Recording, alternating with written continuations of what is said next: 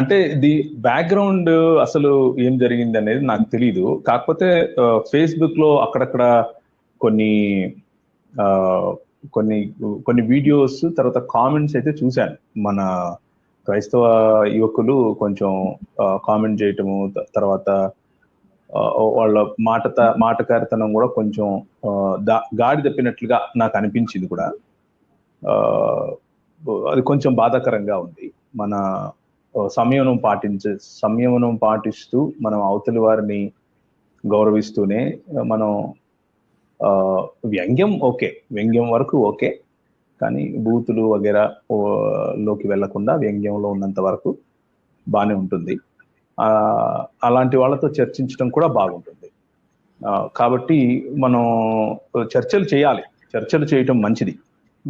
చర్చలు ఎప్పటికైనా కూడా సత్యం వైపుకు ప్రజలు నడిపిస్తాయి అని నేను నమ్ముతాను. ఈ రోజు కాకపోతే రేపైనా సరే చర్చలు జరగటం వల్ల ప్రజలకు సమాజానికి మేలే తప్ప కీడేం ఉండదు. మరి ఇనీషియల్ గా అంటే అప్పటికప్పుడు కొంచెం హీట్ అనేది జనరేట్ అయినప్పటికీ లాంగ్ రన్ లో అది మంచి సాంప్రదాయం. అంటే చర్చించుకోవటం అనేది మంచి సాంప్రదాయం, అందులో ఏ ఇబ్బంది లేదు. అందుకనే రక్షణ టీవీ మాధ్యమంలో కూడా మనము కొంచెం అంటే ఇలాంటి వాళ్ళని మీరు ఎవరైతే వీడియో చూపించారో అతన్ని, తర్వాత అతనికి సంబంధించిన ప్రజలను రక్షణ టీవీ కూడా పిలిచాము, కూర్చోపెట్టి మాట్లాడాము. ఒక ఆ చర్చల్లో కూడా ఎంతవరకు అంటే ఒక సామరస్యమైనటువంటి, లేకపోతే చాలా మంచి మెచ్యూరిటీతో ఉన్న పదజాలం వాడటం కోసం ముందుగానే చెప్పి మరి అలాంటి వాళ్ళను సెలెక్ట్ చేసుకొని మరి మనం చేయడం జరిగింది. కాబట్టి అటువంటి చర్చలు తప్పకుండా జరగాలి. అలాంటి చర్చలు జరగటమే అంటే నా అభిమతంలో కూడా అలాంటి చర్చలు మంచిదిగానే నేను భావిస్తున్నాను. నియమావళి అని ఇంతవరకు వీడియోలో అన్నారు, చాలా సంతోషం. నియమావళి ఉండాలి. నియమావళి లేకుండా మాట్లాడుకోవటం అనేది అంత కరెక్ట్ కాదు. అయితే మాట్లాడుకున్న తరువాత అర్హతలు గుర్తొస్తున్నాయి అంటే కూడా అది కూడా అంత జ్ఞానయుక్తమైనటువంటి మాట కాదు.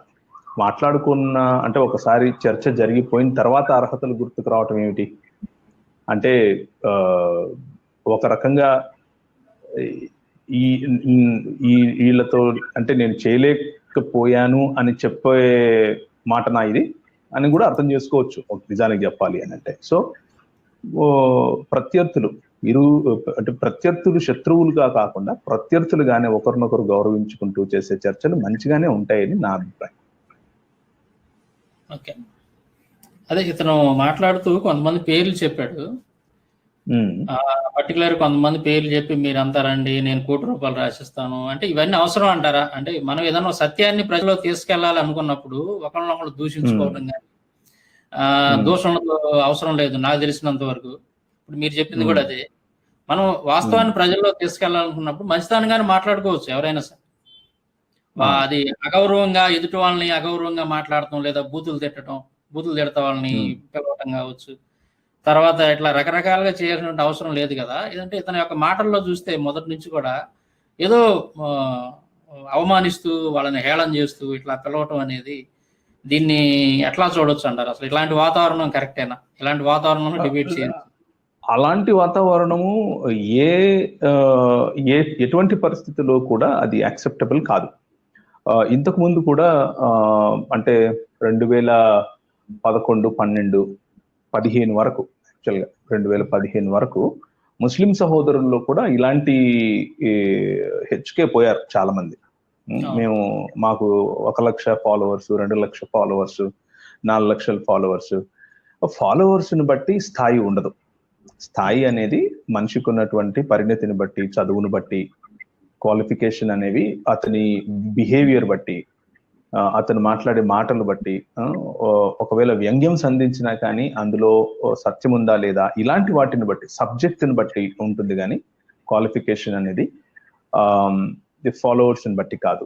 ఫాలోవర్స్ చాలా మందికి చాలా మంది ఫాలో అవుతూ ఉంటారు. కానీ ఫాలోవర్స్ ఎక్కువ ఉన్నంత మాత్రాన సబ్జెక్ట్ ఎక్కువ ఉన్నట్లు కాదు. సబ్జెక్ట్ ఎక్కువ ఉండడం అని అంటే సబ్జెక్ట్ ఎక్కువ ఉండటమే. అందులో రాసిన పుస్తకాలు కావచ్చు, లేకపోతే ఆర్టికల్స్ కావచ్చు, లేకపోతే పబ్లిక్ టాక్స్ కావచ్చు, వాటికి ప్రామాణికంగా వాళ్ళు తీసుకున్నటువంటి గ్రంథాలు కావచ్చు, ప్రామాణికంగానే మాట్లాడుతున్నారా లేదా అన్నటువంటి టెస్ట్ కావచ్చు, మూల భాషల్లోకి వెళుతున్నారా లేదా అనేటటువంటి టెస్ట్ కావచ్చు. ఇలాంటి వాటి నుంచి మనము క్వాలిఫికేషన్ కానీ ఎంతమంది ఫాలో అవుతున్నారు అనేది నాకు తెలిసినంత వరకు అప్రస్తుతం అది. ప్లస్ దానికి తోడు ఇంతకుముందు ముస్లిం సహోదరులు అలా చేసినప్పుడు కూడా మనం చాలా పద్ధతిగా స్పందించి వారిని పిలిచాం, మనం మాట్లాడుకున్నాం కూడా 2-3 చోట్ల మాట్లాడుకున్నాము. ఇంటర్నేషనల్ స్థాయిలో మాట్లాడుకున్నాము, తర్వాత రాష్ట్రీయ అంటే మన దేశ స్థాయిలో కూడా మాట్లాడుకున్నాము, వేరు భాషల్లో, హిందీ కావచ్చు, ఇంగ్లీష్ కావచ్చు. అలా మాట్లాడుకున్నప్పుడు మొదటగా కొంచెం హీట్ అనేది జనరేట్ అయినప్పటికీ కూడా అది ఒప్పుకోవాలి, హీట్ జనరేట్ అవుతుంది. రెండు సమాజాల మధ్య జరిగేటటువంటి డిస్కషన్ కాబట్టి మనం అయితే ఒక చక్కటి మాట కరుణాకర్ గారు చెప్పారు. ఏంటి అని అంటే, ఎవరు పడితే వాళ్ళు కాకుండా ప్రామాణికత ఉన్న వాళ్ళు, అంటే వీక్ అతన్ని తీసుకొచ్చి పెట్టారు కదా మీరు అని అనకుండా అన్నటువంటి మాట చెప్పారు. దాంతో నేను ఏకీపిస్తున్నాను. అంటే అర్థం ఏమిటి అని అంటే, మనం ఎన్నుకునేటటువంటి ప్రత్యర్థి కూడా ఫాలోవర్స్ ని బట్టి స్ట్రాంగ్ గా వీకా కాదు, సబ్జెక్ట్ ని బట్టి స్ట్రాంగ్ గా వీకా ఉంటాడు. సో ఉదాహరణకు నేను మీకు చాలాసార్లు చెప్పాను, దాదాపు ఒక 3.5-4 సంవత్సరాల నుంచి రాజీవ్ మల్హోత్రా అనే వ్యక్తి గురించి నేను మీకు చెప్పే ఉంటాను. మనం చాలా సార్లు మాట్లాడుకున్నాం. ఆయనను పబ్లిక్ గా పిలుస్తూ ఉన్నాం. ఇండాలజీ అనే ప్రోగ్రామ్స్ ఆయన కోసమే రూపొందించాం. ఆయనకి కరెక్ట్, ఆయన మెయిల్ పెట్టాం. ఆయన చేసే ప్రతి పనిని కూడా అడ్డుకుంటామని చెప్పాం. ఎలా అడ్డుకుంటాం? ఇలా అవాక్కులు చవాక్కులతో కాదు, సబ్జెక్టుతో అడ్డుకుంటాం, సబ్జెక్టుతోనే మాట్లాడతాం. మంచి భాషను వినియోగించి మంచి భాషతోనే దేశాన్ని, దేశ సమగ్రతకు ముప్పు తెచ్చేటటువంటి ఇలాంటి శక్తులను తప్పకుండా అడ్డుకోవాలి.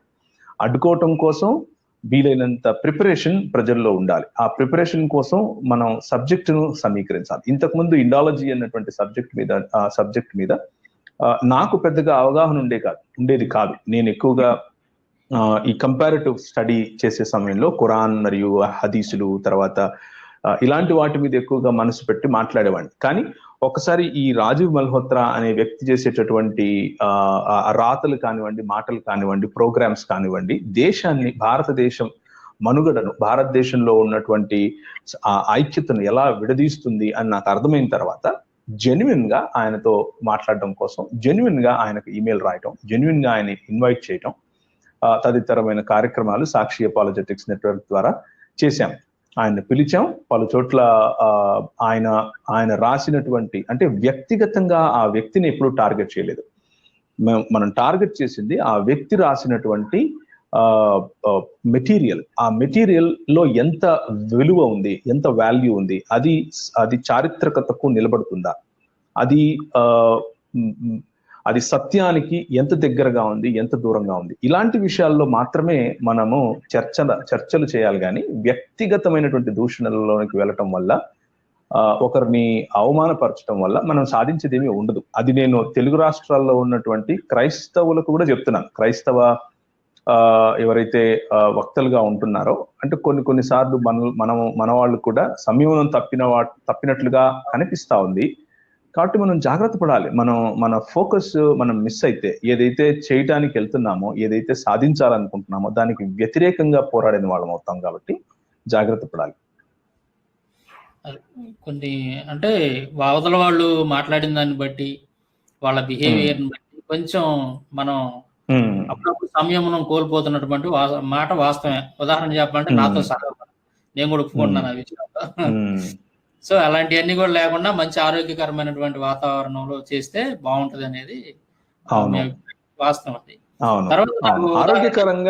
ఆరోగ్యకరమైనటువంటి వాతావరణంలో చేయటానికి 1 కోటి రూపాయలు ఇవ్వడాలు, 50 లక్షలు ఇవ్వడాలు, 10 కోట్లు ఇవ్వడాలు అవసరం లేదు.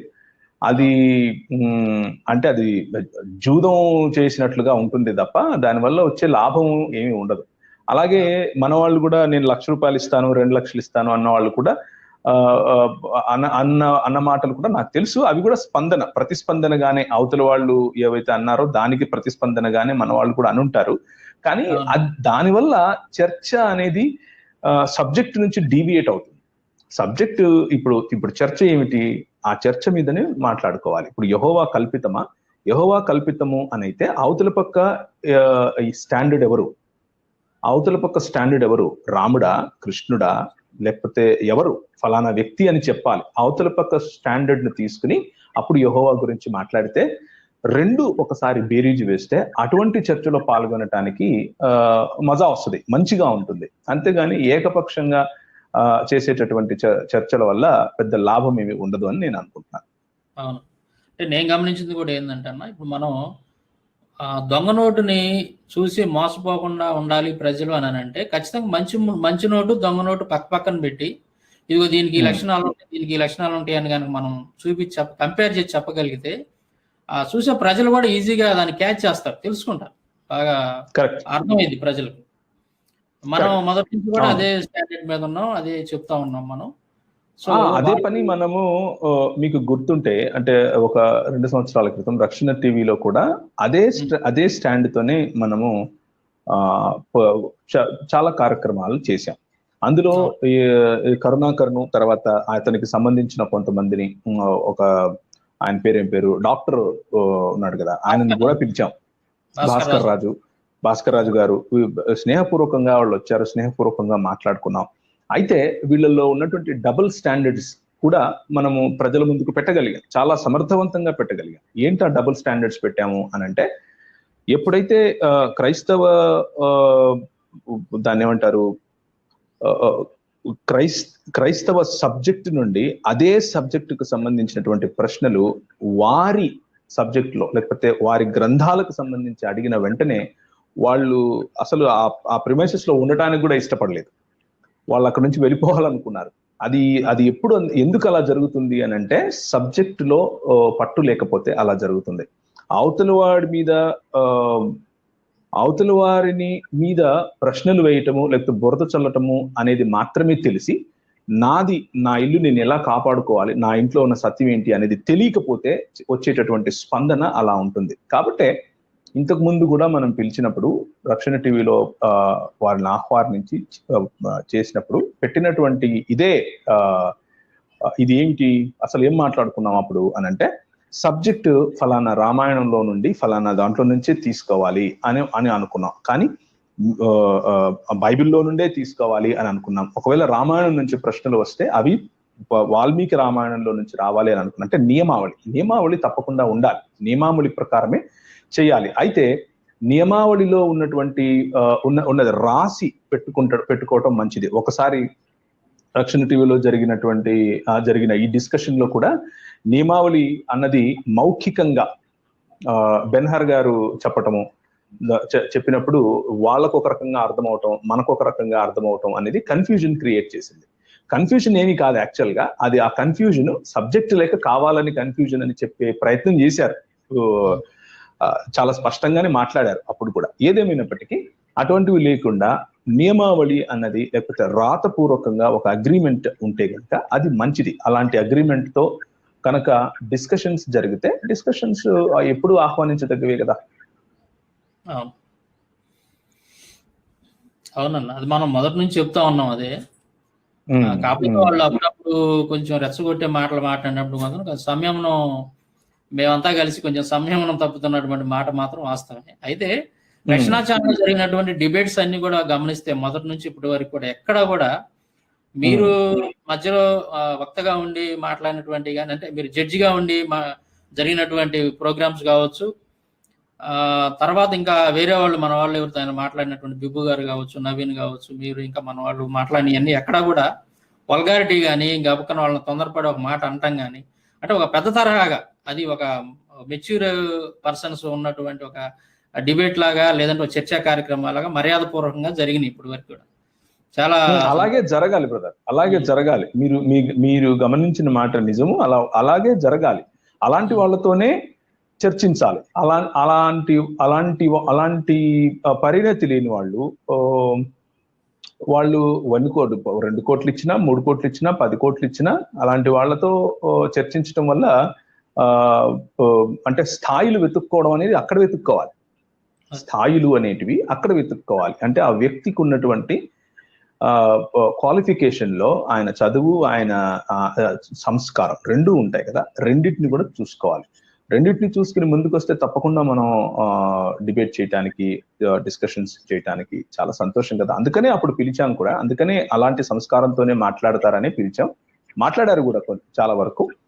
కొన్ని చోట్ల వాళ్ళు అభ్యంతరపడ్డారు. ఎందుకు అభ్యంతరపడ్డారు అని అంటే వాళ్ళకు సంబంధించినటువంటి ప్రశ్నలు వచ్చినప్పుడు అభ్యంతరపడ్డారు. తర్వాత ఇప్పుడు అదే నాకు అనిపించేది కూడా ఏంటంటే అన్న, ఇట్లు మనం కోడి పందాలు వేయట్లేదు కదా బెట్లు పెట్టుకోవడానికి. అంటే మన ఇంటెన్షన్ ఏంటి, మనం ఏం చెప్పాలనుకుంటున్నాం ప్రజలకి? ఒక సందర్భంలో నేను కూడా అన్నాను, అతను 10 లక్షలు అంటే నేను కూడా 20 లక్షలు అని అన్నాను. అంటే అతను అన్నదాన్ని బట్టి అలా అనకూడదు. నేను మాట్లాడింది కూడా తప్పే, దాని గురించి నేనే సమర్థించుకోను. కానీ ఎవరైనా సరే, వాళ్ళు కావచ్చు మనం కావచ్చు, అంటే నా ఉద్దేశం ఏంటంటే, మనం కోడి పందాలు వేయట్లేదు ఇక్కడ, లేదంటే జోదం ఆడలేదు, బెట్లతోటి సంబంధం లేదు.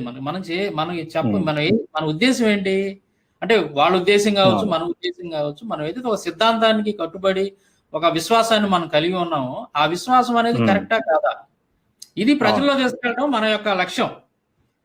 అంటే ఇక్కడ మీ చెప్పే మాటలో ఇంకొక విషయాన్ని నేను జోడించాలనుకుంటున్నాను. మీరు సత్యమా కాదా అని చూస్తున్నారు, కానీ మరి అంటే ప్రత్యర్థులుగా ఉన్న వారికి అదే దృక్పథం ఉందా లేదా అనేది కూడా గమనించుకోవాలి. ఇప్పుడు ముస్లిం సోదరులు ఉన్నారు. ముస్లిం సోదరులతో మనము చేసేటటువంటి ఈ డిబేట్స్ కానివ్వండి, లేకపోతే ముస్లిం సోదరులతో చేసేటటువంటి డిస్కషన్స్ ఏవైతున్నా అవి కూడా సత్యమా కాదా అన్న దాని మీదనే ఆధారపడి ఉంటాయి ఎక్కువ భాగం. కొంతమంది కొన్ని జిమిక్కులు చేసే ప్రయత్నం చేస్తారు. అలాంటి వాళ్ళకు ఎలా సమాధానం చెప్పాలో చెప్తూనే వచ్చాం మనం కూడా. కానీ ఎక్కువ భాగం సత్యం మీదనే ఆధారపడి ఉంటాయి. సత్యం వైపుకు వచ్చేటటువంటి వారు, లేకపోతే సత్యం వైపుకు మీది సత్యం కాదు అని ధైర్యంగా చెప్పగలిగే వాళ్ళు, ఇలాంటి వాళ్ళైతే ఉంటది. కానీ ఇప్పుడు జరుగుతున్నటువంటి డిబేట్ లేకపోతే డిస్కషన్స్ సత్యం వైపుకు అన్నది తక్కువ. అంటే ఎందుకంటే వాళ్ళ స్టేట్మెంట్స్ లోనే వాళ్ళు చెప్తున్నారు కదా, ఇది తప్పైనా పర్వాలేదు, మేము ఇందులోనే ఉంటాం, తప్పైనా పర్వాలేదు, ఈడు కాకపోతే ఇంకొకడు, వాడు కాకపోతే ఇంకొకడు ఉన్నాడు మా దేవుడు అనేటటువంటి స్టేట్మెంట్స్. అలాంటప్పుడు మనము మీ స్టాండర్డ్ ఫలానా అని నువ్వు చెప్పకపోతే ఎందుకు డిస్కషన్ చేయాలి? నా ఫలానా వ్యక్తి, ఉదాహరణకు మర్యాద పురుషోత్తముడైన రాముడు అని అనుకోండి. రాముడి గురించి మాట్లాడినప్పుడు రాముడి గురించి డిఫెండ్ చేసుకోలేనటువంటి పరిస్థితిలో ఎందుకు డిస్కషన్ చేయాలి? కృష్ణుడి గురించి మాట్లాడితే కృష్ణుడి గురించి డిఫెండ్ చేసుకోలేనప్పుడు ఎందుకు డిస్కషన్ చేయాలి? దానివల్ల లాభం ఏంటి? అంటే సత్యం కోసం కాదు. అప్పుడు ఏంటి, జస్ట్ ఒక హైప్, ఈగో ప్లస్ వేరే అల్టీరియర్ మోటివ్స్ ఉన్నట్లుగా, అంటే వేరే ఉద్దేశాలతో ఆ చర్చ కోసం ప్రయత్నిస్తున్నట్లుగా ఉంటుంది. అది అంతేగాని అంతకు మించి ఇంకేది కాదు. మన క్రైస్తవుల్లో కూడా కొంతమంది ఆ రోజుల్లో చాలా అత్యుత్సాహంతో కొంతమందిని మీరు పిలిచి మాట్లాడే ప్రయత్నం చేసి చివరికి వాళ్ళకి ఇది అర్థమయ్యి ఊరికైపోయారు.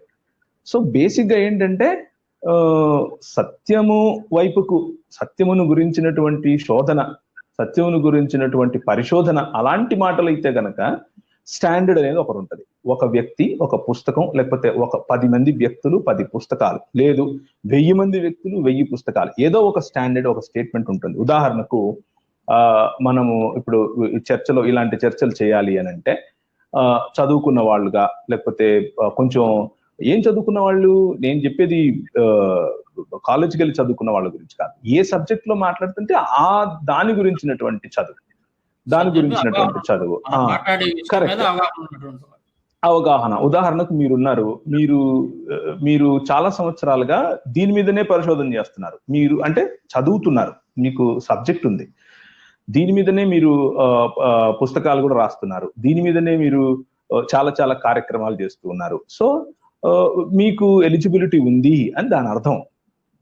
అలాగని చెప్పి మీరు చెప్పే ప్రతి మాట కరెక్టా, కరెక్టా కాదా అనేది గ్రంథాలు నిర్ణయించాలి, కరెక్టా కాదా అనేది పుస్తకాలు నిర్ణయించాలి, కరెక్టా కాదా అనేది మీరు చూపించేటటువంటి శ్లోకం, మీరు చూపించేటటువంటి ప్రతిపదార్థం, మీరు చూపించేటటువంటి మూల భాషల్లో ఉన్నటువంటి అర్థాలు, వీటన్నిటిని కూడా పరిగణలోకి తీసుకోవాలి. సో మీరు ఏ విధంగా అయితే చేస్తున్నారో ఆ విధంగానే అవతలి వ్యక్తి కూడా మూల భాషల్లో, అలాగే దాన్ని ఏమంటారు, హిస్టారికల్ గా అంటే క్రైస్తవ దృక్పథానికి ఉన్నటువంటి చారిత్రక నేపథ్యం తెలిసి కొంచెం చదువుకుని ఉండాలి దీని గురించి. ఒకసారి మనతో పాటు మన చర్చిలోకి వచ్చిన తర్వాత అంటే అపోహలు ఎలా ఉంటాయి అనేది చెప్తున్నాను. తెలుగు బైబిల్ అనేది కింగ్ జేమ్స్ వర్షన్ నుంచి వచ్చింది అని చెప్పే ప్రయత్నం చేశారు కరుణాకర్ గారు. దాన్ని సాయి కృష్ణ గారు అనుకుంటాను ఆ రోజుల్లో మాట్లాడింది, నాకు కరెక్ట్ గా గుర్తుని, ఐ మైట్ బి రాంగ్, కానీ సాయి కృష్ణ గారు అనుకుంటాను. కింగ్ జేమ్స్ వర్షన్ కంటే ముందున్నటువంటి టిండేల్ వర్షన్ గురించి, దానికంటే ముందున్నటువంటి తనాక్ గురించి, కెతువిన్ గురించి, తర్వాత న్యూ టెస్టిమెంట్ లో ఉన్నటువంటి స్కాలర్షిప్ గురించి ఆయన చెప్పినప్పుడు మరి వాటిని అవలోకనం చేసుకునేటటువంటి స్థాయి, అవలోకనం చేసుకునేటటువంటి చదువు కూడా ఉంటే అప్పుడు బాగుంటుంది. అప్పుడు దానికి సమాధానం చెప్పడమైనా సరే, దాన్ని తిరిగి ప్రశ్నించడానికైనా సరే అవకాశం ఉంటుంది. సో అలాంటివి ఆ చర్చలో పెద్దగా జరగలేదు. దానికి గల కారణం ఏమిటి అని అంటే ఇదే. ఏంటి కారణము అని అంటే స్థాయిలు, లేకపోతే ఫాలోయింగ్లు కాకుండా ఆ రోజుల్లో ఆయన రాసినటువంటి పుస్తకము, ఆ పుస్తకం బేస్ చేసుకుని చేసినటువంటి అలిగేషన్స్ కు సమాధానం చెప్పడం కోసం రక్షణ టీవీ పరిచర్యలో మనము ఆ కార్యక్రమాలు చేశాం. అది నేపథ్యం. అది అలాంటి నేపథ్యంతో మనం ఈరోజు ఒకవేళ ఉదాహరణకు ఏ పీఠాధిపతో చెప్పాడు అనుకోండి, ఫలానా పీఠాధిపతి లేకపోతే అవధేశానందగిరిజీ మహారాజ్ ఉత్తర భారతదేశంలో ఉంటాడు, చక్కటి భాష మాట్లాడతాడు, చక్కటి సంస్కృతం మాట్లాడతాడు, చక్కటి ఇంగ్లీష్ మాట్లాడతాడు. అలాంటి ఆయనతో కూడా దాన్ని ఏమంటారు, అలాంటి వారితో చర్చించాలి అని అంటే బాగుంటుంది. చర్చించి మనం ఏంది విషయం అన్న హిందీ భాషలో అయినా, తెలుగు భాషలో అయినా, ఆయనకు తెలుగు రాదనుకోండి ఇంగ్లీష్ భాషలో అయినా మనం చర్చించవచ్చు. ఆయనకు ఒకవేళ ఈ సబ్జెక్ట్ రాకపోవచ్చు, కాబట్టి ఆయన ఏమంటాడు, లేదు అవసరం లేదు, నాకు క్రైస్తవ సబ్జెక్ట్ తో పని ఉంది అని అనేయచ్చు సింపుల్ గా, సంతోషం. అలా లేదు, మన తెలుగు రాష్ట్రాల్లో ఉండేటటువంటి చిన్నజీయర్ గారో, లేకపోతే ఇంకేదో ఫలానా మఠానికి చెందినటువంటి వ్యక్తో, లేకపోతే ఇస్కాన్ అనేటటువంటి సంస్థకు చెందినటువంటి వ్యక్తి ముందుకు వచ్చి కృష్ణుడు క్రీస్తు ఒకటే అన్నటువంటి స్టేట్మెంట్ ఇస్తే అలాంటి వాళ్ళని కూడా మనం పిలిచాం. మీకు గుర్తే ఉంటుంది, నవీన్ వడ్డే ఒక వీడియో పెట్టి మరి అలాంటి వారిని పిలిచాడు. ఇస్కాన్ కు సంబంధించినటువంటి వాళ్ళు ఎవరైతే ఈ స్టేట్మెంట్ ఇస్తున్నారో, అంటే ఇక్కడ చర్చ అనేది ఒక సబ్జెక్ట్. ఏంటి సబ్జెక్ట్? కృష్ణుడు మరియు క్రీస్తు ఒకటే అనేటటువంటి స్టేట్మెంట్. కృష్ణుడు క్రీస్తు ఒకటే అనేటటువంటి స్టేట్మెంట్ కరెక్టా కాదా, దాని మీద చర్చ. అంతేగాని అందులో స్థాయి అనేది ఎక్కడ కనిపిస్తుంది? ఈ సబ్జెక్ట్ పైన ఎవరికైతే అవగాహన ఉందో, నంబర్ 1, ఈ సబ్జెక్టును ఎవరైతే క్లెయిమ్ చేస్తున్నారో, నంబర్ 2, నంబర్ 3, ఈ సబ్జెక్టును క్లెయిమ్ చేసి అవగాహన ఉన్న వ్యక్తి ఫలానా స్టాండర్డ్ అంటే ఇస్కాన్ అన్నటువంటి ఒక ప్రామాణికత కలిగినటువంటి ఒక సెక్ట్ కదా. అది ఒక ప్రామాణికత కలిగినటువంటి, అంటే కొంతమంది వాళ్ళని హిందువులు కాదంటున్నారు, ఆ కథ వేరు. ఎందుకు అంటే మనం హిందువులతో కాదు ఇక్కడ చేసేది డిబేట్, ఇస్కాన్ వారితో. ఎందుకంటే హిందువులు ఆ స్టేట్మెంట్ ఇవ్వలేదు, ఇస్కాన్ వారు స్టేట్మెంట్ ఇచ్చారు. ఆ వారికి ప్రామాణికమైనటువంటి పుస్తకాలు ఏవైతే ఉన్నాయో దాని మీద నుంచి మాట్లాడాలి. అలా ఒక స్టాండర్డ్ అనేది ఉండాలి, ఒక స్థాయి అనేది అక్కడ చూడాలి. అలాంటి వాటిలో స్థాయిలు, తర్వాత మంచి స్థాయి దేనికోసం వెతుక్కోవాలి అని అంటే ఒక ఈక్వల్ లేకపోతే సమాన స్థాయిలో, సమాన స్థితిలో మాట్లాడుకుంటే అవతల వాళ్లకు ఈజీగా అర్థమయ్యేటటువంటి సబ్జెక్ట్ ఉన్న వాళ్ళను సమస్థాయి అని అంటారు. సో ఫాలోవర్స్, డబ్బులు ఇది స్థాయి అని అనుకుంటే మరి అది నా ఉద్దేశంలో అయితే తప్పు. నా ఉద్దేశంలో అయితే అది కరెక్ట్ స్టేట్మెంట్ కాదు. అంటే ఇప్పుడు స్థాయి అని అంటే ఏంటంటే అక్కడ ఇతను గాడి తప్పాడు అనమాట. స్థాయి అంటే అనుకుంటున్నాడు, ఏమనుకుంటున్నాడు అంటే ఫాలోవర్స్ ఎక్కువ మంది వ్యూస్ రావడం, లేదంటే నేను ధనవంతుడిని, లేదంటే నా దగ్గర ₹1 కోటి బిల్డింగ్ ఉందనో, లేదా ఇంటే దీన్ని స్థాయి అనుకుంటున్నాడు. ఇది డిబేట్ కి సంబంధించి స్థాయి అని అనుకోవడం అది ఖచ్చితంగా మూర్ఖత్వం అయింది, అది అజ్ఞానం అయింది. స్థాయి అంటే నాకు తెలిసినంత వరకు అంటే మీరు అన్నట్టుగా మనం ఏదైతే ఒక విషయం గురించి డిస్కస్ చేయాలనుకున్నామో ఆ డిస్కషన్ సంబంధించి ఎక్కువ నాలెడ్జ్ అనేది ఉండాలి. ఆ టాపిక్ సంబంధించి ఆ సబ్జెక్ట్ ఏ సబ్జెక్ట్ మనం డిస్కస్ చేయబోతున్నామో ఆ సబ్జెక్ట్ మీద పూర్తి పట్టు ఉండాలి. ఎవరికి ఎక్కువ పట్టు ఉంటది అనేది స్థాయి అనేది అక్కడ డిసైడ్ చేయాలా. అది స్థాయి అండి నాకు తెలిసినంత వరకు. అంతేగాని ఆ డబ్బులను బట్టు లేకపోతే మనకు ఉన్నటువంటి రూపాయిని బట్టు లేదా మనకున్న కారులను బట్టు మనకున్న బిల్డింగులను బట్టు స్థాయి అనేది ఉంటదని నేను అనుకోవట్లేదు. బహుశా అతను ఆ విధంగా ప్రచారం చేస్తా ఉన్నాడు. అదన్న దీనికి ఇంకొక ఉదాహరణ చూడండి. మన దాన్ని ఏమంటారు, రాణివేలు నాచియార్ అన్నటువంటి ఒక ఆమె వాయిస్ తో శివశక్తి వాళ్ళు కొన్ని వీడియోస్ చేశారు. ఆ వీడియోస్ లో పర్టికులర్ గా తోమా భారతదేశానికి రాలేదని, అదొక సబ్జెక్ట్, ఒక మంచి సబ్జెక్ట్ వాళ్ళు లేవనెత్తినప్పుడు హిస్టారికల్ అకౌంట్స్ తో మనము వాటిని మాట్లాడిన తర్వాత ఇక రాణివేలు నాచియార్ గా పిలువబడుతున్నటువంటి ఆ వ్యక్తి, ఆ వాయిస్ ఎవరైతే ఉన్నారో లాస్ట్ కి సబ్జెక్ట్ అయిపోయిన తర్వాత దూషణకు దిగింది.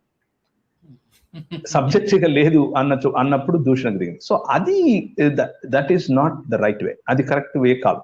ఆ తర్వాత మేము కూడా దానికోసం ఇక ఎక్కువగా రెస్పాన్స్ ఇవ్వలేదు. ఎందుకు అనంటే సబ్జెక్ట్ నుంచి దూషణ వైపుకు వెళ్ళటం, సబ్జెక్ట్ నుంచి దూషణ వైపుకు వెళ్ళిన తర్వాత మనకు వచ్చే చర్చగా ఉండదు. అది చర్చ ఇంకొక దారికి తీసుకుంది. దానివల్ల మనకు కానీ సమాజానికి కానీ ఎవరికి లాభం లేదు కాబట్టి. సో మంచి పాయింట్ మీరు లేవనెత్తారు. నేను ఉదాహరణ మాత్రమే చెప్పాను, మీరు ఏదో అడుగుతున్నారు.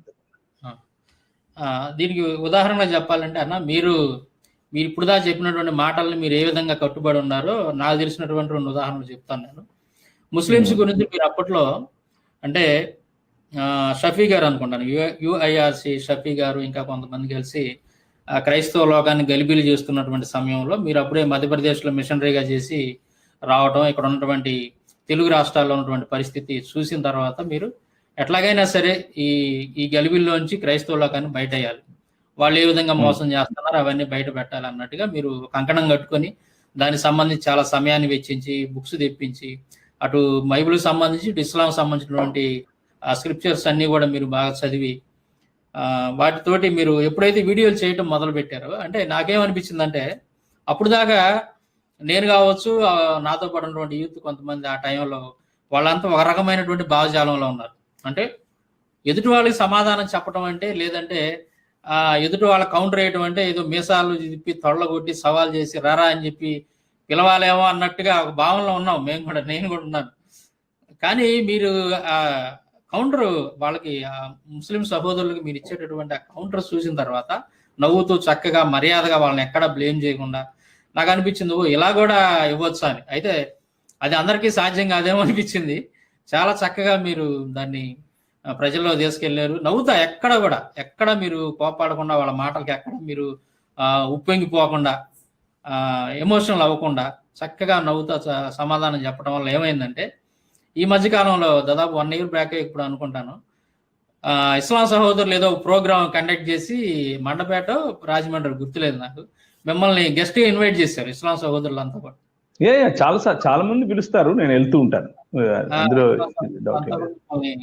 అంటే కోప్పడే వాళ్ళు ఉన్నారు, ఫోన్లు చేసి తిట్టే వాళ్ళు, కోప్పడే వాళ్ళు ఉన్నారు. అలాగే కరెక్ట్. అలాగే ఏంటండి ప్రవీణ్ గారు బాగున్నారా, ఈ మధ్య ఏంటి వీడియోలు లేవు అని అడిగే వాళ్ళు కూడా ఉన్నారు. వాళ్ళు అంటే మెటీరియల్లో ఉన్న లోతు, మెటీరియల్లో ఉన్న సత్యాసత్యాలు తెలుసుకోవాలి అని అనుకునే వాళ్ళు ఉన్నారు. అలాగే కోపం పెంచుకునే వాళ్ళు కూడా ఉన్నారు. కోపం పెంచుకునే వాళ్ళ దగ్గర నేను అంటే క్షమించండి బ్రదర్ అని అడిగేందుకు కూడా నేను సిద్ధమే. నాకేం ప్రాబ్లం ఉంది, నేనేం ప్రాబ్లం ఏం లేదు. నాకు క్షమాపణలు అడగటానికి కూడా నాకేం ఇబ్బంది లేదు. క్షమాపణ అడుగుతాను, క్షమిస్తాను, ఏం ప్రాబ్లం లేదు. ఎందుకు అలా చేయాలి మనం అని అంటే, మన ఫోకస్ ముస్లిం సోదరులను కోప్పట్టడమో లేదా వాళ్ళని దూరం చేసుకోవటమో కాదు కదా.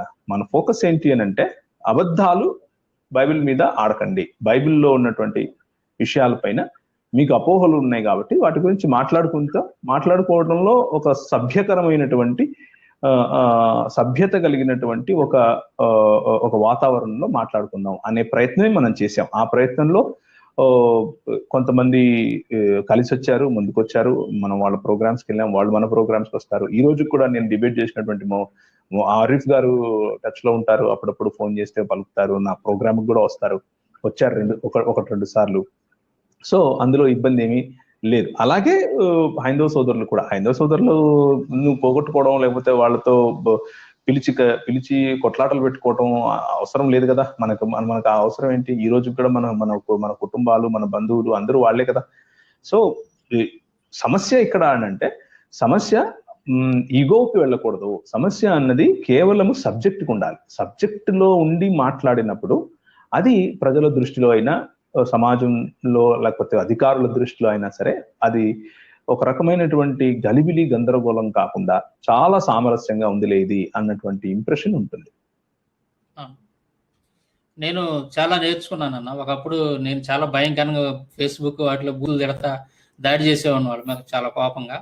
మీరు నాకు చాలా సార్లు అర్ధరాత్రి 12-1 గంటప్పుడు అవి చూసి నాకు మెసేజ్లు పెట్టి ఫోన్లు చేసి చెప్పిన రోజులు కూడా ఉన్నాయి. మనం ఇలా మాట్లాడకూడదు, మనం ఇలా చేయకూడదు, మనం క్రైస్తవులం అని చెప్పేసి మీరు నాకు చాలా సార్లు చెప్పారు. నేను చిన్నగా మౌళ్ళు అవుతా వస్తాను, ఇంకా మారాల్సింది ఉంది. నేను ఒప్పుకుంటున్నాను. కొంచెం స్వతహాగా చాలా నాకు కోపం, కొంచెం నాకు పరిస్థితి అది కాబట్టి, మెంటల్లీగా నేను కొంచెం ఆ టైపు కాబట్టి నేను ఇంకా మారాల్సింది ఉంది. ఇంకా మీలాంటి వాళ్ళు, మీరు కావచ్చు, మన మునితో సుధాకర్ గారు, మన సహోదరులు ఇంకా ఎవరైతే ఉన్నారో వాళ్ళు కూడా నాకు ఫోన్ చేసి సలహాలు ఇస్తూ ఉంటారు, మనం అలా మాట్లాడకూడదని. నేను ప్రయత్నం చేసుకుంటా ఉన్నాను, నన్ను నేను దిద్దుకోవడానికి ప్రయత్నం చేస్తాను. అప్పుడప్పుడు పూర్వంతో పోల్చుకుంటే ఇప్పుడు కొంచెం బెటర్ అనిపించింది నాకు కూడా వీడియోలు చూస్తే. ఇంకా మారడానికి కూడా నేను ప్రయత్నం చేస్తున్నాను. కానీ కోపం వచ్చినప్పుడు మనం అందరము అంతే బ్రదర్, మనం అందరము అంతే. మనం అందరిలో కూడా మనకు లోపాలు ఉంటాయి. లోపాలు లేని వాళ్ళు ఎవరు? అలా లోపాలు ఉన్నంత మాత్రాన ఆ వ్యక్తిని మనం పక్కన పెట్టకూడదు. లోపం ఉన్న వ్యక్తిని కూడా, ఇప్పుడు నాలో లోపాలు లేవా? ఎన్నో ఉంటాయి. మీకు తెలిసినవి కొన్ని ఉంటాయి, తెలియనివి కొన్ని ఉంటాయి. నా భార్యను అడిగితే, మా పిల్లల్ని అడిగితే దాన్ని ఏమంటారు, డాడీ ఫలానా విషయంలో కోప్పడతాడు, ఫలానా విషయంలో ఇలా మాట్లాడతాడు అని చెప్పే అవకాశాలు ఉంటాయి కదా, ఉండకుండా ఏమి ఉండవు. కానీ మనం మారాలి. మీరు అన్న మాట చాలా మంచి మాట, మీరు మారుతున్నారు అని చూసారా. That is what truth does. అంటే సత్యము అనేది మనల్ని మారుస్తుంది, మనల్ని స్వతంత్రులను చేస్తుంది కదా. ఒక 3 years బ్యాక్ అనుకుంటాను, ఇది ఉన్నాడు కదా భాస్కర్ రాజు గారి మీద నేను ఫస్ట్ టైం వీడియో చేశాను. అది కొంచెం అగ్రెసివ్ గా మాట్లాడినటువంటి వీడియో మీకు పంపించాను నేను వాట్సాప్ లో. దాన్ని చూసి మీరు వెంటనే మీరు బాగా రియాక్ట్ అయ్యారు. మనం చెప్పదలుచుకున్నది ఏదైతే ఉంటుందో, మీరు ఇట్లా అగ్రెసివ్ గానో లేదా వ్యక్తిగత దోషంలో చేస్తే మనం ఏం చెప్పదలుచుకున్నామో అది అడుగును పడిపోద్ది, అది ప్రజల్లోకి రీచ్ కాదు. ఇట్లా ఎంత అగ్రెసివ్ గా ఉండకూడదు, మనం ఇట్లా కోపడకూడదు అని చెప్పేసి మీరు నాకు చాలా సార్లు ఇప్పటికీ కూడా మీరు మాట్లాడుతూనే ఉంటారు. ప్రారంభంలోనైతే కరుణాకర్ మీద చేసిన వీడియోకి వెయిట్ చేసేటప్పుడు ఒరే అన్న మాటను కూడా మీరు ఉంచడానికి ఇష్టపడలేదు. ఒరే అనే మాటను కూడా కట్ చేసి పక్కన పడేసాను. అది చాలా విషయాలు మీ ద్వారా మేము నేర్చుకోవాలి. అది పని చేయదు కదా. అదన్నా. అయితే ఇప్పుడు ఒక విషయం అన్నా, వీళ్ళు మనం ప్రారంభం మొదటి నుంచి కూడా చాలా రోజుల నుంచి కూడా మనం గమనిస్తుంది ఏంటంటే, కరుణాకర్ కావచ్చు, లేదంటే ఈ మధ్య ఇటీవల కాలంలో నేను మాట్లాడిన ముదిగొండ శివప్రసాద్ గారు కావచ్చు, ఇలాంటి వాళ్ళంతా కూడా ఏదైనా మనం చర్చ, ఒక డిబేట్ లాంటిది, ఒక కార్యక్రమం మీద, అంటే ఒక టాపిక్ మీద మనం చర్చిద్దాం అన్నప్పుడు మనం ఏం ప్రతిపాదన తీసుకొస్తున్నాం అంటే, ఇరువైపుల గ్రంథాల నుంచి మనం చర్చిద్దామని చెప్తున్నాం మనం మొదటి నుంచి కూడా. ఇప్పుడు మీరు ఉదాహరణకు వాళ్ళు ఏమంటున్నారు, యెహోవా కల్పితం అంటున్నారు. మీరు యెహోవా కల్పితం అంటున్నారు కదా, యెహోవా కల్పితం కాదని మేము నిరూపిస్తాం. అట్ ద సేమ్ టైం ఏం చేయాలంటే, మీ నమ్మకం ఏంటి, మీ సిద్ధాంతం ఏంటి, అసలు మీ నమ్మకం, మీరు దేన్ని నమ్ముతున్నారు, మీరు నమ్మేది కల్పితం కాదని మీరు నమ్ముతున్నారా, ఎలా నమ్ముతున్నారు, మాకు కొన్ని సందేహాలు ఉన్నాయి. కాబట్టి మనం ఏం చేద్దామంటే, మన ఇద్దరి నమ్మకాలను ఒక చోట పెట్టి చర్చిద్దాం వాటి గురించి. అప్పుడు వాటిలో ఏది కరెక్ట్ అనేది ప్రజలు డిసైడ్ చేసుకుంటారు ఆటోమేటిక్ గా. మనం ఎవరిని మెడ మీద గొంతు మీద కత్తి పెట్టి నువ్వు నమ్మాల్సిందని మనం ఎవరిని బలవంతం పెట్టేది ఏమి ఉండదు. మనం చేసేటటువంటి డిస్కషన్ బట్టి, మనం మాట్లాడేటటువంటి ఆ సబ్జెక్ట్ని బట్టి ప్రజలు తేల్చుకుంటారు ఏది నిజం, ఏది అబద్ధం అని, ఏది కల్పితం అని. సో ఆ విధంగా మనం ఏం చేస్తున్నాం అంటే, చాలా రోజుల నుంచి ఇట్లా వన్ సైడ్ కాదు బాబు, 2 sides డిబేట్ జరగాలని చెప్పేసి మనం పదే ప్రతిపాదన తెస్తున్నప్పటికి కూడా వీళ్ళు దేనికి వాళ్ళ సైడ్ నుంచి అంటే ముందుకు రాలేకపోతున్నారండి. ఎందుకని అలా వాళ్ళు రాలేకపోతున్నారంటారు. దీనికి ఏమైనా కారణం అయి ఉంటుంది అంటారు మీరు గ్రహించిన దాన్ని బట్టి? నేను ఇదే గ్రహించాను. మీరు రెగ్యులర్ గా చెప్పే మాటలు కూడా నేను ఏకీపిస్తాను ఆ మాటలతో. ఏ మాటలతో అంటే, అవతలి వ్యక్తికి తన సొంత సబ్జెక్ట్ పైన పట్టు లేనప్పుడు, తన సొంత సబ్జెక్ట్ డిఫెండ్ చేసుకోలేను అని తెలిసినప్పుడు అతను చేసుకోలేడు. వాళ్ళు నాకు తెలిసినంతలో ఈ సో కాల్డ్ రిలీజన్ అంటే హిందూ మతాన్ని అడ్డం పెట్టుకొని పబ్బం గడుపుతున్నటువంటి వాళ్ళలో ఎక్కువ మంది మహా అయితే రామాయణాన్ని డిఫెండ్ చేసుకోగలుగుతారు. రామాయణంలో ఉన్నటువంటి మోరల్ వాల్యూస్ ను డిఫెండ్ చేసుకోగలుగుతారు. కానీ ఆ రామాయణంలో ఉన్న మోరల్ వాల్యూసే డిఫెండ్ చేసుకోలేని పక్షంలో, అలా డిఫెండ్ చేసుకోకుండా మైకి పెట్టి నేను వెళ్ళిపోతాను, నేను ఉండను, నేను మాట్లాడను అనే పరిస్థితులకు వస్తే, కేసులు పెడతాము అనే పరిస్థితులకు వస్తే, దానివల్ల ఇక మిగిలిన పుస్తకాలు అస్సలు వాళ్ళు డిఫెండ్ చేసుకోలేరు అన్నది మాత్రం 100% అది తప్పు. అది నేను దాన్ని నేను అలాగే అనుకుంటున్నాను. ఉదాహరణకు రక్షణ టీవీలో బిబ్బు గారు అలాగే విజయ్ కుమార్ గారు ఉంటూ, కరుణాకర్ గారు అలాగే ఐ థింక్ వెంకటేశ్వర రాజు గారు అనుకుంటాను, ఆయన ఉన్నప్పుడు వీళ్ళు మాట్లాడుకున్న సమయంలో ఆ విజయ్ కుమార్ గారు ఒక శ్లోకం చదివి దాని అర్థము ఇదేనా అని అంటూ ఒక క్వశ్చన్ మార్క్ వేసి అలా వెళ్ళిపోయారు. దాని తర్వాత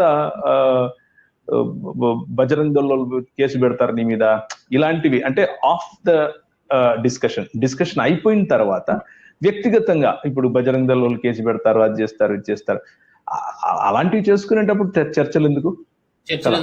సో చర్చలు అవసరం లేదు కదా. సో అలాంటివి ఉండకూడదు. అలాంటివి లేకుండా మనము చర్చించుకోగలగాలి. ఒకసారి ప్రశ్న బయటకు వస్తే ఆ ప్రశ్నకు సమాధానం చెప్పుకోగలగాలి. సమాధానం అంటే మోరల్ వాల్యూస్ ఫలానా పుస్తకంలో ఉన్నాయి అని కట్టుబడినప్పుడు, ఆ పుస్తకంలో ఇమ్మొరాలిటీని లేకపోతే ఇల్లాజికల్ స్టేట్మెంట్స్ ని చూపించినప్పుడు వాటిని డిఫెండ్ చేసుకోగలగాలి. కానీ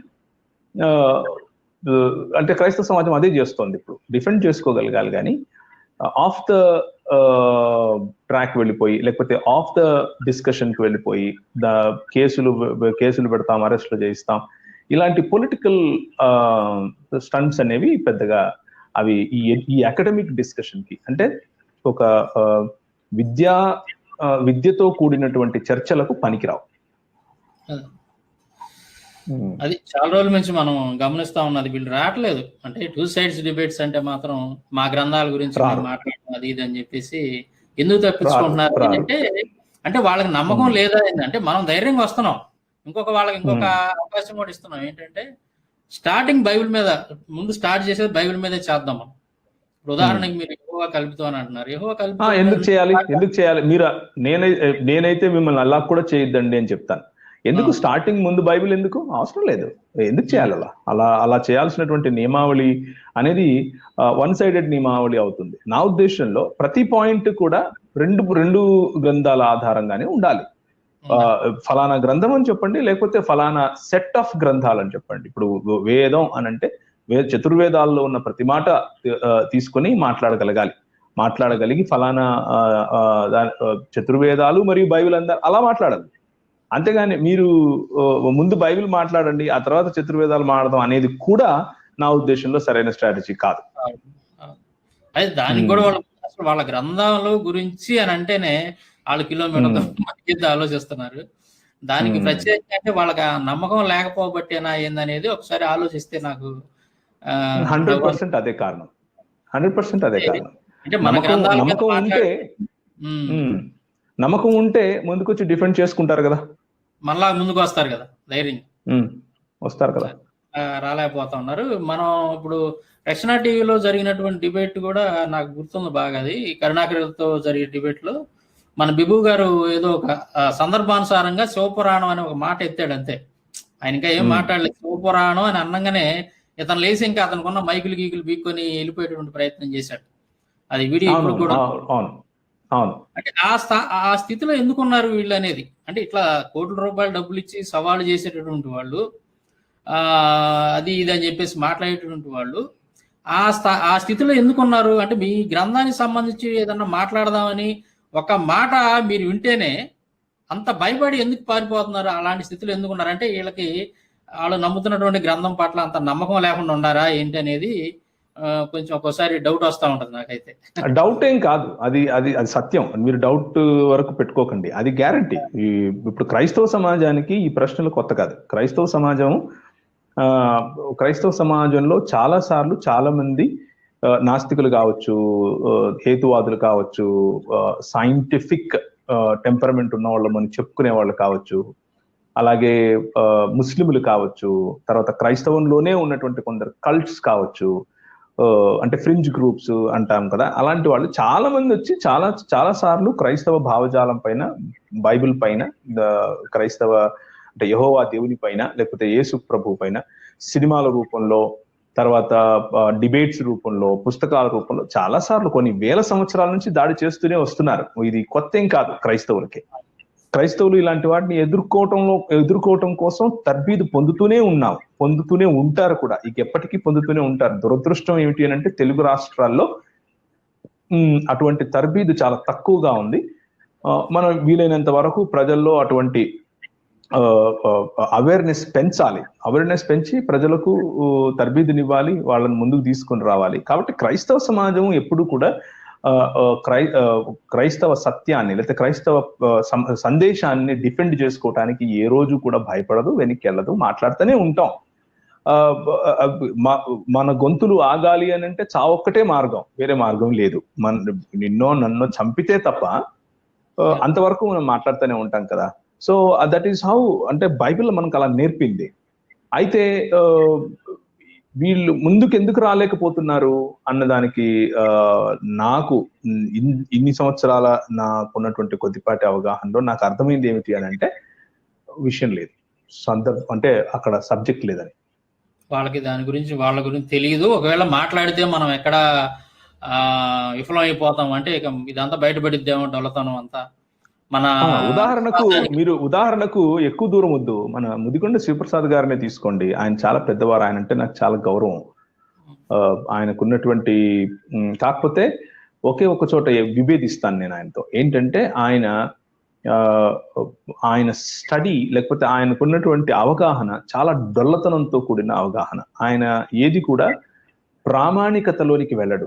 ఆయన లేకపోతే నవలా రూపంలోనే ఆయన ఇదన్నాడు, ఈయన ఇదన్నాడు, ఆయన ఇదన్నాడు అన్న రూపంలోనే ఆయన తీసుకుంటారు. కానీ సత్యాసత్యాల విచక్షణ, సత్యాసత్యాల అన్వేషణ అన్నది ఆయన గ్రంథాల్లో చాలా తక్కువ ఉంటుంది. అందుకని ఆయన రాసేది కూడా చాలా పాయింట్స్ లోనే ఉంటది.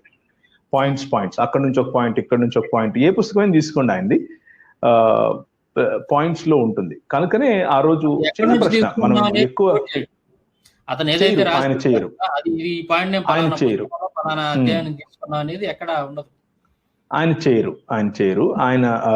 ఆయన చాలా దాన్ని ఏమంటారు, ఆయనకున్న అవగాహన ఓయూలో ఉన్నటువంటి ప్రొఫెసర్ గా ఇంకో చాలా ఎక్కువ ఉండుంటుంది. అయితే బైబిల్ వరకు వచ్చినప్పుడు మాత్రం ఆ పరిణతి కనిపించదు ఆయన దగ్గర. ఆయన చాలా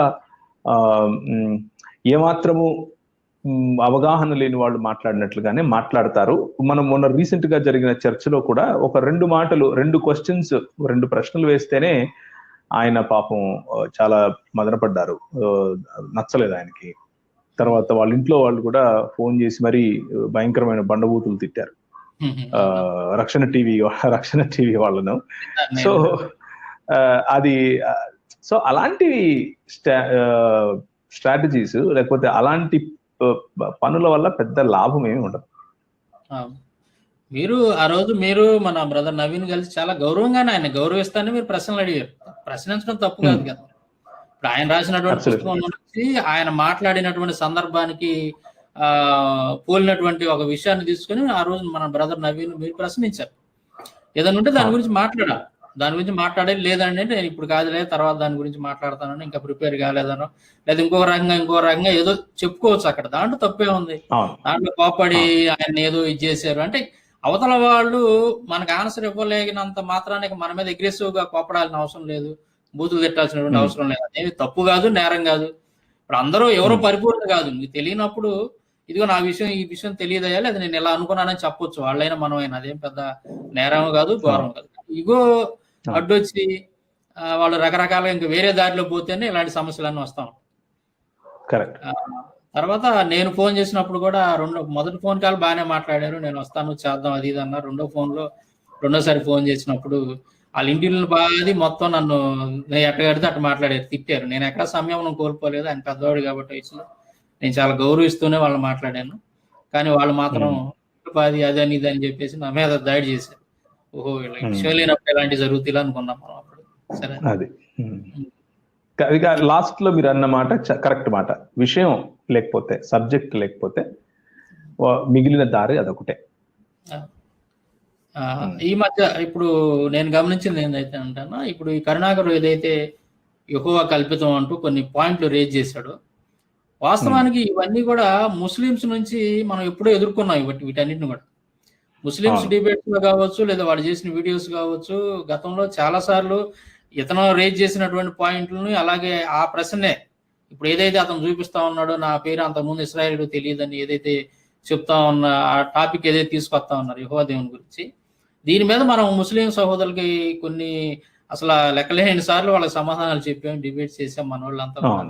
మన వాళ్ళు చాలా మంది వాటికి ఆన్సర్లు చెప్పారు. ఇది కొత్త ఏం కాదు మనకి, మీరు అన్నట్టుగా ఇలాంటివన్నీ మనకు అసలు కొత్త కాదు. కానీ అతను ఏంటంటే అతనికి ఏదో బంగారు బాత్ దొరికింది అన్నట్టుగా భ్రమలో ఉండి ఉరుతా ఉన్నాడు అతను.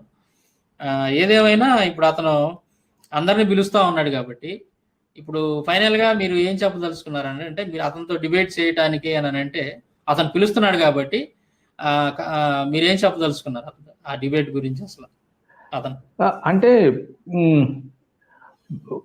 మీరు నేను ఇప్పటి వరకు మనం మాట్లాడుకున్న మాటలంతా ఒకసారి వింటే నేను యాక్చువల్గా ఏం చెప్తున్నాను అనేది మీకు అర్థమైపోయి ఉంటుంది, అందరికీ అర్థమైపోయి ఉంటుంది.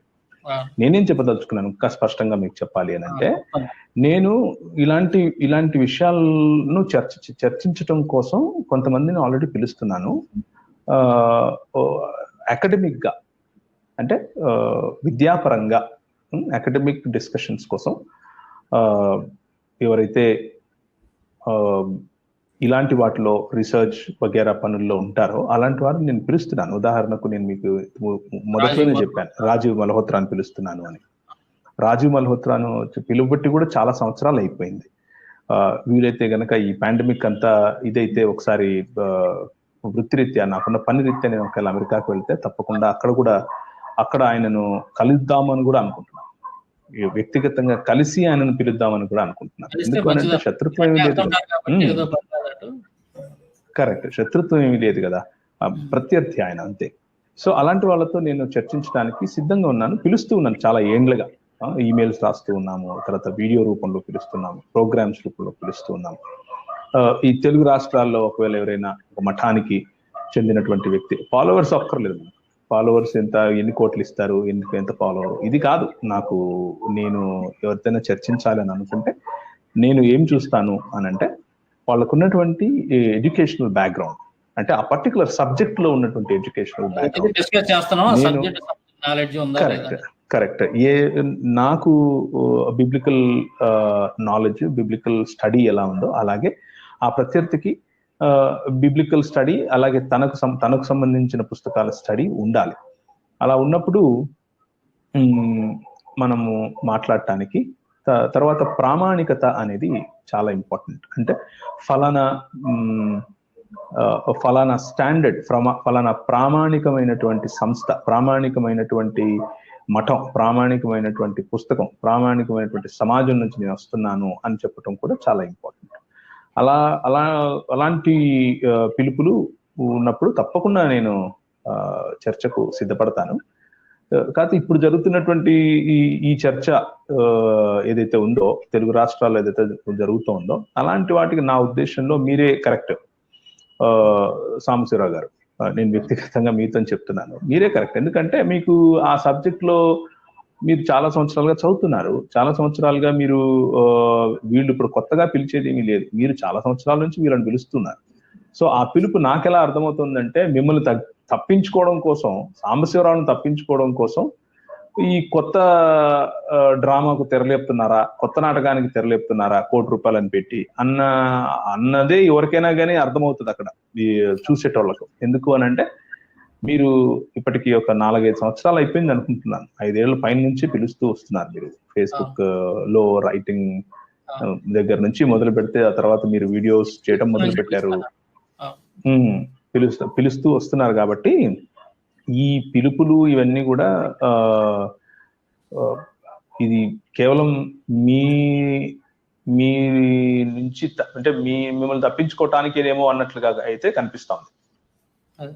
ఇంకోటి ఏంటంటే మనం ఇప్పుడు మీరు అన్నట్టు సబ్జెక్ట్ మీద నాలెడ్జ్ ఉండటం అనేది స్థాయి ఎవరికైనా సరే, అతనికైనా నాకైనా. అవును. మనం ఏం చేస్తాం అంటే వాళ్ళని ప్రశ్నించేటప్పుడు కానీ లేదా బైబిల్ గురించి మనం మాట్లాడేటప్పుడు కానీ అన్ని గ్రంథాల్లో మనం ఎక్కడి నుంచి తీసుకున్నాం ఆ రిఫరెన్స్తో సహా. ఇదిగో బైబిల్ నుంచి మాట్లాడితే ఇది ఇక్కడ ఇలా ఉంది, ఇదిగో మీ గ్రంథాల్లో సేమ్ ప్రశ్నించినప్పుడు మీ హిందూ మత గ్రంథాల్లో ఇది పలానా గ్రంథం నుంచి నేను తీసుకుంటున్నాను, పలానా శ్లోకం ఇది, ఇట్లా అని మనం చాలా క్లారిటీగా నేను కావచ్చు, బ్రదర్ నవీన్ కావచ్చు, ముఖ్యంగా ఇది మన సాక్షి పాలిటిక్స్ నెట్వర్క్ నుంచి స్టార్ట్ అయింది. వాస్తవం చెప్పాలంటే ఒక బాట అనేది మీరు వేసారు అప్పట్లో ముస్లిమ్స్ తో వాళ్ళకి కౌంటర్ వీడియోస్ పెట్టేటప్పుడు. అది ఆ పరంపర మాకు కూడా అలవాటు అయిపోయి మేము అలా కొనసాగించుకుంటా వస్తున్నాం. అంటే నోటి మాటలు ఏదో వాళ్ళు ఏదో అన్నారు మనం ఏదో అనేసేద్దాం అన్నట్టుగా నోటి మాటలు చెప్పకుండా ఇదిగో మేము ఈ యొక్క ప్రమాణ గ్రంథాల నుంచి పలానా చాప్టర్ లో ఈ మాట తీసుకొని ఇలా ఉంది, సో దీన్ని మేము ప్రశ్నిస్తున్నాం. బైబిల్లో సంబంధంగా మీరు మాట్లాడేది బైబిల్లో ఇంకో చోట ఇలా ఉంది, బైబిల్ దేవుడు ఎలా చెబుతున్నాడు అన్నట్టుగా మనం ప్రతిదీ కూడా స్క్రిప్చర్స్ నాలెడ్జ్ అనేది ప్రజలు చూస్తా ఉన్నారు. హిందూ సహోదరులు, క్రైస్తవులు ఈ 4-5 సంవత్సరాల నుంచి మన వీడియోలు ఏ విధంగా పెడుతున్నాం, అతను ఏ విధంగా వీడియోలు పెడుతున్నారు, ప్రజలు అంతా చూస్తానే ఉన్నారు. ఇప్పుడు సబ్జెక్ట్ పరంగా కనుక చూసుకునే పని అయితే అతను ఏ రోజు కూడా వాళ్ళ గ్రంథాల మీద మాట్లాడినది చాలా తక్కువ. ఒకవేళ మాట్లాడినా పలానా చోట నుంచి తీసుకున్నాను నేను ఇది అని చెప్పేసి మనం మాట్లాడిన తప్పు అని నిరూపించడం కానీ అట్లాంటిది ఏది అతను చేయలేదు. బైబిల్లో ఉన్నటువంటి కూడా అతను ఏదైతే ఇప్పుడు వాళ్ళ నాస్తికులు హేతువాదులు రాసిన పుస్తకాలు ది బైబిల్ హ్యాండ్ బుక్ లో నుంచి ఇక్కడ ఉన్నటువంటి హేతువాదులు తర్జుమా చేశారు తెలుగులో, అందులో ఉన్నటువంటి పాయింట్లు తీసుకుని ఇతను మాట్లాడుతూ ఉన్నాడు ఇప్పుడు పొద్దుగులు. అదే తప్ప ఇతనికి బైబిల్ నాలెడ్జ్ కూడా ఉన్నట్టుగా కూడా మనకి కనపడట్లేదు అన్నమాట, క్లియర్ గా అర్థం. కాబట్టి మరి స్క్రిప్చర్స్ నాలెడ్జ్ పరంగా పోల్చుకుంటే అతనికంటే మనకే ఎక్కువ ఉంది. అది మనం చదవటం కాదు, చూసే ప్రజలు కూడా మన వీడియోలు చూసినటువంటి వాళ్ళకి ఎవరికైనా ఈజీగా అర్థమైంది. సో అతను మరి వీటన్నిటిని కూడా పక్కన పెట్టి నాకు ఫాలోవర్సే నాకు ప్రమాణం, నాకు కోటేశ్వర్లు ఉండటం డబ్బులు ఉన్న వాళ్ళే నాకు ప్రమాణం, ఇట్లాంటి మాటలన్నీ అనుకుంటా పోతా ఉన్నాడు. డొల్లతనం నిజంగా చెప్పాలండి మీరు అన్నట్టు. అతన్ని మనం ఎప్పటి నుంచో పిలుస్తున్నాం కానీ అతను ఎందువల్ల మరి తప్పించుకొని వెళ్తా ఉన్నాడు.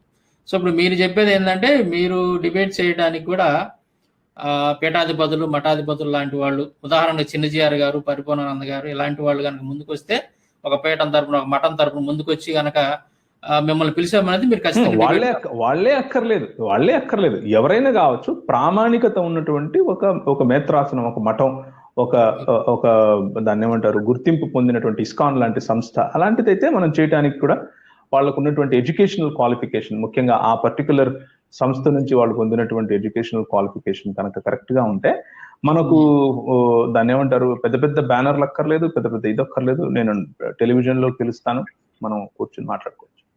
ఓకే, అంటే ఇప్పుడు కరుణాకర్ లాంటి వాళ్ళు అయినా సరే ఎవరైనా సరే అంటే ఒక ప్రామాణికత కలిగినటువంటి ఒక మఠం నుంచి రావాలి వాళ్ళు. కరెక్ట్, ఒక ప్రామాణికత కలిగినటువంటి మఠం నుంచి ఎవరైనా సరే, ఎవరైతే ఏముంది, మనకు అంటే స్థాయిలు ఇంతకుముందు చెప్పినట్లుగా చదువు, సంస్కారం రెండు ఉంటే చాలు. సంస్కారం లేని వాళ్ళని తీసుకొచ్చి మీరు కూర్చోబెడతాను అని అంటే దానికి కష్టమవుతుంది. మీరు ఎలాగూ ఉన్నారు కదా అలాంటి వాళ్ళని హ్యాండిల్ చేయడానికి, అది మా చేత ఏమవుతుంది.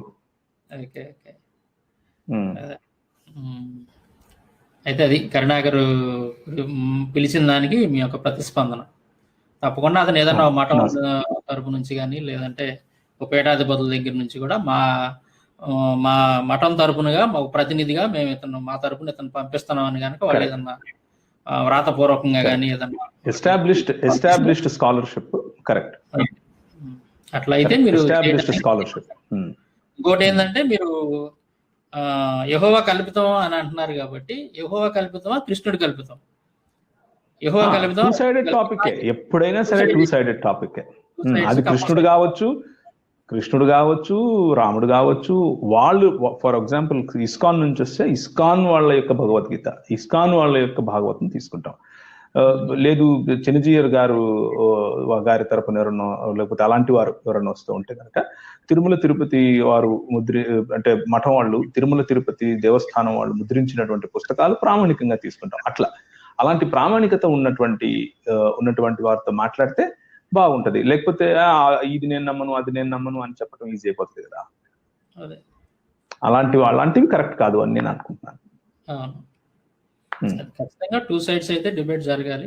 ఎందుకంటే ప్రశ్నించేవాడి విశ్వసనీయతను ప్రశ్నించడం తప్పు కాదని మీరు 5-6 సంవత్సరాల క్రితం వీడియోల్లో అప్పుడు మాట్లాడుతూ ఉండేవాడు. అది మేము ఇప్పటికీ దాన్ని అలా పట్టుకొని వస్తా ఉన్నాం.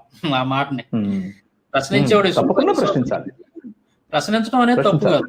మమ్మల్ని ప్రశ్నించినప్పుడు తప్పకుండా మేము ఆన్సర్ చెప్తూ నిన్ను ప్రశ్నిస్తాం. నువ్వు కూడా సమాధానం చెప్పాలి. తప్పదు. మేము చెప్పేటప్పుడు నువ్వెందుకు చెప్పు? నువ్వు తప్పించుకోవడానికి లేదు కదా. కాబట్టి అది ఒక గుర్తింపు పొందినటువంటి, ఒక ప్రామాణికత కలిగినటువంటి ఒక మఠం నుంచి వ్రాతపూర్వకంగా ఇతను మా మఠానికి తరపున ప్రతినిధి అని, లేదా మా యొక్క మతం తరపున ప్రతినిధి అని వ్రాతపూర్వకంగా ఒక లెటర్ తీసుకొని వచ్చి 2 sides డిబేట్స్ కనుక అతను వచ్చే పని అయితే కరుణాకర్తో మీరు కంపల్సరీ డిబేట్ చేస్తారు. ఒక వ్యక్తి ఏం కాదు, ఎవరితో అయినా సరే. దాంట్లో స్థాయి ఏముంది? దానికి స్థాయిలు ఎత్తుకోవాల్సిన అవసరం లేదు. సంస్కారవంతంగా మాట్లాడే వాళ్ళు ఎవరైనా సరే, నో ప్రాబ్లం. సరే, ఇంకేమైనా అది చెప్తారా? బ్రదర్, ప్రస్తుతానికి అంతే. Thank you very much. ఒక గంట సేపు నాకు సమయం కేటాయించారు, నన్ను పిలిచారు. అయితే నాకు పెద్దగా అవగాహన లేకుండే మీరు అంటే ఇదంతా జరుగుతోందని. కానీ మీరు ఫస్ట్ లో వేసిన వీడియో వల్ల నాకు కొంచెం క్లారిటీ వచ్చింది. Thank you very much. అంటే కోవిడ్ రిలీఫ్ పనుల కారణంగా ఎక్కువగా ఇక్కడ టైం స్పెండ్ చేయలేకపోతున్నాము. కానీ త్వరలోనే ఇదంతా తగ్గిపోతుంది అని ఆశిస్తున్నాను. ఇదంతా తగ్గిపోయిన తర్వాత తర్వాత అందరం కూడా కలుసుకోవడానికి ఒక మంచి ప్లాట్ఫామ్ ప్రభు మనందరికి ఇవ్వాలి అని కూడా కోరుకుంటున్నాను. మరి చూసేవాడు, మీకు ఉన్నటువంటి ఆడియన్స్ అందరూ కూడా క్షేమంగా అలాగే ఆరోగ్యవంతంగా అందరూ ఉండాలి అని ఆశిస్తున్నాను. దయచేసి ప్రత్యర్థులను విరోధులుగా చూడకండి, ప్రత్యర్థులను ఎప్పుడు కూడా శత్రువులుగా చూడకండి. ప్రత్యర్థులను ప్రేమించండి, ప్రత్యర్థులను గౌరవించండి, ప్రత్యర్థులతో వాళ్లకు శుభాకాంక్షలు, శుభేచ్ఛలు, వాళ్ళు వర్ధిల్లాలని, ఆశీర్వదింపబడాలి అని ప్రార్థన చేయండి. ఇది మనకు ప్రభు నేర్పినటువంటి బాట. దాంట్లోనే మనం ముందుకెళ్దాం. Thank you very much brother. Thanks అన్న, వందనాలు. మళ్ళీ మీరు ఇప్పుడు దాకా వచ్చి మీ యొక్క అమూల్యమైనటువంటి విషయాలు తెలియజేసినందుకు, పైగా అతను ఏదైతే ఒక డిబేట్కి సవాల్ విసురుతూ మాట్లాడాడు, మీరు చాలా కూల్గా, అతను కూడా ఆలోచింపజేసే విధంగా ఉన్నాయి మీ మాటలు. అంటే నేను ఇలా మాట్లాడి ఉండకూడదే అనేటటువంటి ఒక ఆలోచన అతనిలో రేకెత్తిచ్చే విధంగా కూడా మీరు చాలా సామరస్యంగా, చక్కగా, మంచిగా మాట్లాడారు. మాకు కూడా ఇన్స్పిరేషన్గా ఉన్నాయి. నేను కూడా ఏదేదో మాట్లాడదాం అనుకున్నాను, మీ మాట్లాడిన తర్వాత అవన్నీ మింగేశాను నేను, ఇంకా అయిపోయింది నాకు కూడా. సరే అన్న, ఓకే, చాలా సంతోషం. Thank you brother. Thank you. Thank you brother.